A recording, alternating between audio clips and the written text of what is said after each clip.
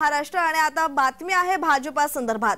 थोड्याच वेळात भाजपाची पहिली यादी येणार आहे। भाजपाची लोकसभा निवडणुकीची पहिली यादी निश्चित झाल्याची बातमी समोर येते। तर शनिवारी संध्याकाळी भाजपाची पत्रकार परिषद होणार आहे। तर कुणाला संधी मिळणार हे पाहणं महत्त्वाचं ठरणार आहे।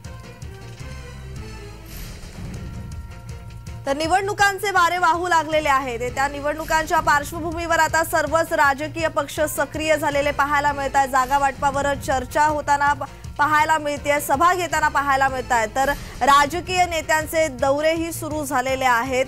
आपल्या मतदारांपर्यंत पोहोचण्याचा प्रयत्न राजकीय नेत्यांकडून केला जातोय। बैठका घेताना दिसतायत राजकीय पक्ष।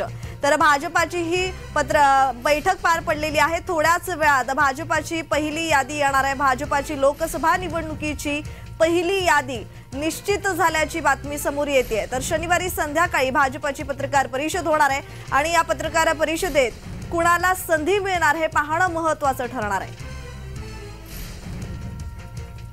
तर या यादीत 100 लोकांचं 100 राजकीय नेत्यांना संधी मिळणार असल्याची माहिती मिळतेय। तर थोड्याच वेळात भाजपाची पहिली यादी येणार आहे। भाजपाची लोकसभा निवडणुकीची पहिली यादी निश्चित झाल्याची बातमी समोर येतेय।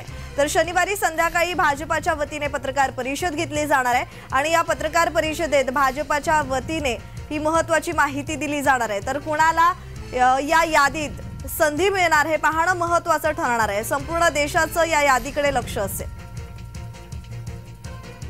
तर या यादीत 100 लोकांना संधी दिली गेली असल्याची ही माहिती समोर येते। तर येत्या निवडणुकांच्या पार्श्वभूमीवर आता भाजपाकडून तयारी करण्यात येते आणि भाजपाकडून बैठकांवर बैठका घेतल्याही जात आहेत।